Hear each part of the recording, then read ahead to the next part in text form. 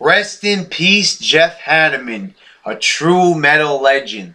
This band, Slayer, one of my favorites of all time. They started out the evil sound in metal. You know, it started off with Black Sabbath, really, but Slayer took it to a whole nother level with Devils and everything.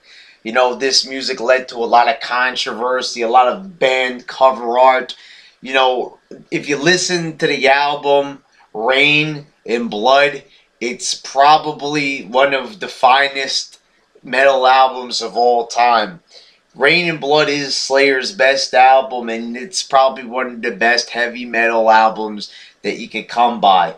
It's, you know, it's an extreme album, extreme for its time, and still extreme, you know, to this day. You know, their sound, they kind of lent a lot of it to the death metal and black metal world. You know, they were thrash metal, and one of the best, part of the big four, along with Metallica, Megadeth, and Anthrax.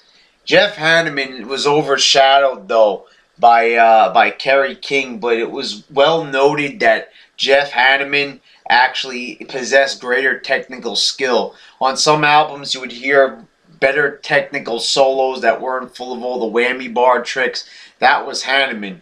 Kerry King was more charismatic, but Hanneman had the better skill. And even King has even said this himself. So Hanneman died of liver failure. You know, you could say all the things you want about him, you know, heavy drinking, drug consumption. It's pretty obvious, but still stands. The guy's a metal god, a metal legend. This is the type of music I love, the type of music I live for, and to see a legend like this pass it's pretty fucking depressing.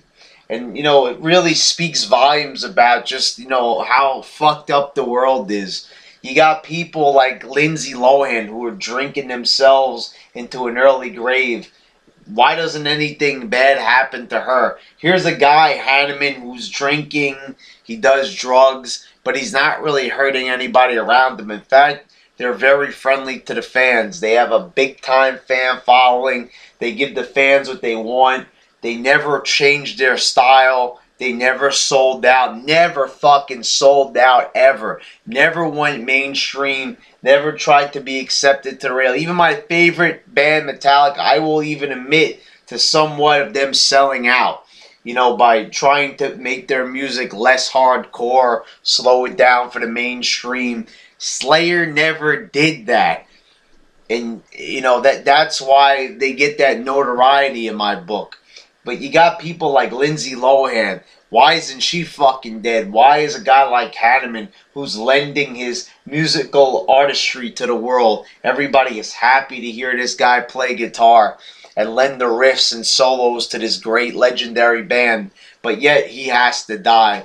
You know, and also in a world full with just horrible fucking music, you got Little Whack, Nicki Facade, Wiz, get the fuck out of here, Khalifa shit, you know, that fucking bullshit. Hate that fucking music. Hate that fucking goddamn fucking mainstream goddamn music.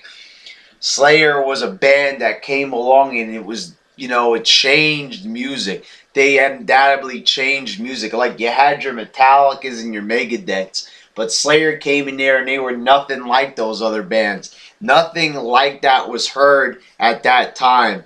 And that is why Slayer will go down in history. And Jeff Hanneman, the late, great Jeff Hanneman, helped it get to that superstardom that they arrived at. And they did it by not selling out ever. Not one bit. Not at all. Alright, Jeff Hanneman, we all love you. Rest in peace, brother.